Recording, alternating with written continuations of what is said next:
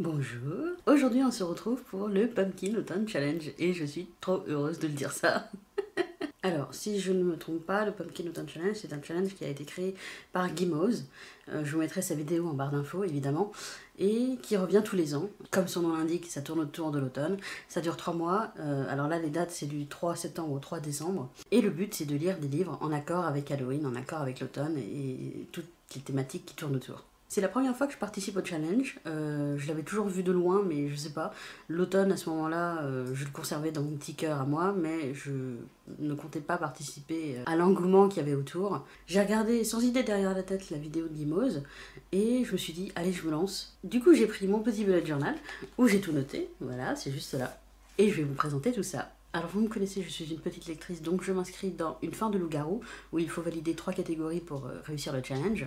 Et j'ai choisi le menu automne, douceur de vivre. Attention, si vous avez regardé ma vidéo pâle de l'automne, j'espère que vous l'avez vue, il y a des livres qui sont dedans qui vont revenir, donc je ne m'attarderai pas dessus, je vous laisse regarder la vidéo précédente pour que vous ayez un peu plus de croquant sous la dent. Donc sur cela je passerai un peu rapidement, mais sur les autres titres je parlerai un peu plus, parce que je me suis auto-challengée, waouh. J'ai pris des livres à lire évidemment, mais j'ai aussi pris des films, une BD et un jeu vidéo. Je me suis dit allez pourquoi pas, faisons le jeu jusqu'au bout. Alors, dans Automne douceur de vivre, il y a 4 sous-catégories. La première, c'est Something Wicked This Way Home. Il faut un livre avec Halloween, octobre, automne, fête foraine, enfance ou cauchemar. Et pour cette sous-catégorie, j'ai choisi Lutter pour les fantômes. Évidemment, on a les fantômes, on a les histoires de famille, on a les cauchemars pour moi, parce que tout ça me fait peur. Donc ça rentre dans le mois d'octobre. J'ai prévu de le lire à ce moment-là. Et c'est une petite pavasse qui a de bons retours pour l'instant. Et il me tarde de commencer. Et pour le film, j'ai choisi Last Night in Soho, qui est sur Netflix. C'est un film, alors, thriller, d'horreur, cauchemardesque. C'est l'histoire d'une jeune étudiante qui emménage dans un appart à Londres, je crois, et qui, en dormant, rêve de la vie d'une autre femme.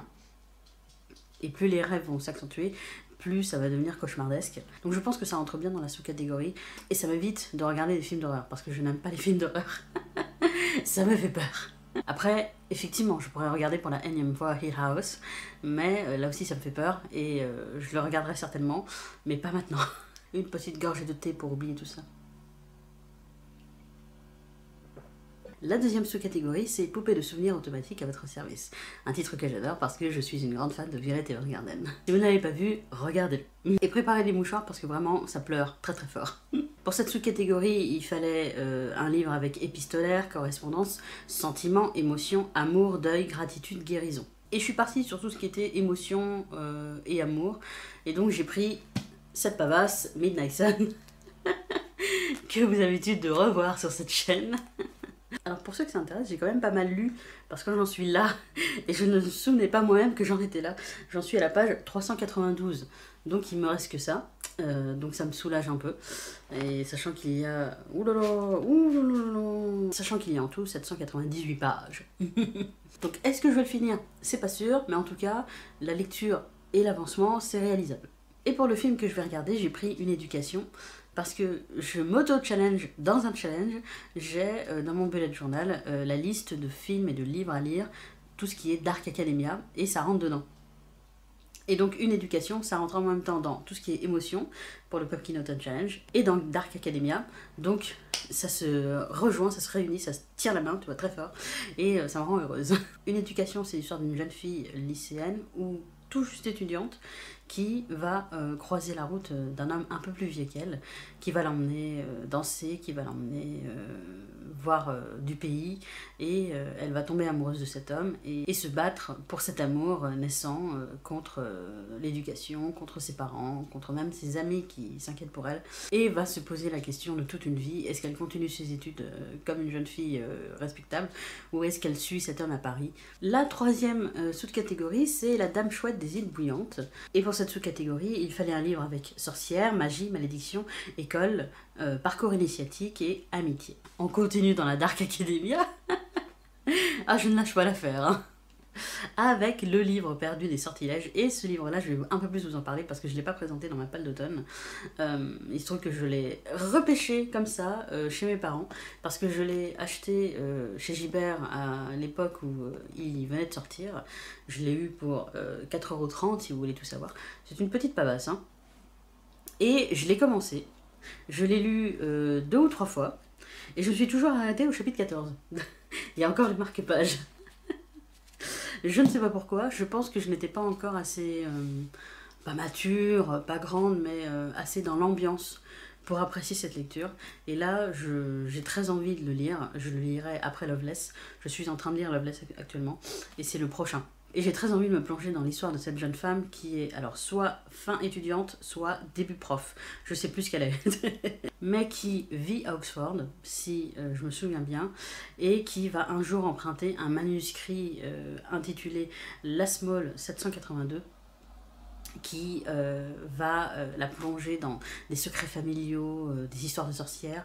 Et si je ne me trompe pas, il y a un vampire qui arrive dans le game et qui va l'accompagner pour résoudre cette quête initiatique, cette enquête. Et voilà, ça me tente beaucoup. Il y a une série qui a été adaptée de ce roman, que je n'ai pas vue, parce que je voulais vraiment lire le livre. Et il est temps. Il est temps de le commencer et de le terminer surtout. Pour cette sous-catégorie, pas de film, mais une BD que j'ai déjà lue, que j'adore particulièrement, et que j'ai envie de relire. Donc je l'ai glissé dans le Pumpkin Autumn Challenge, allez, vas-y, c'est le moment. Il s'agit des filles de Salem. C'est cette BD-là, qui raconte l'histoire d'Abigail Hobbs, qui a 14 ans, qui va un jour se faire accuser de sorcellerie. Et comme le titre l'indique, les filles de Salem, vous savez que ça va pas bien se passer. Je vous en dis pas plus, mais voilà, il va y avoir des accusations de sorcellerie un peu partout dans la ville, et il y a plusieurs femmes qui vont se faire arrêter et qui vont devoir se battre pour leur liberté, pour leurs droits. C'est une BD que j'aime tout particulièrement parce que il y a beaucoup de messages féministes dedans, il y a du drama, il y a de l'historique, etc. Ah non, là je vais vous spoiler. Et j'adore les dessins qui sont très expressifs, regardez. Voilà, sans vous spoiler, je vous ai choisi une petite planche, voilà, qui est toute de couleur verte.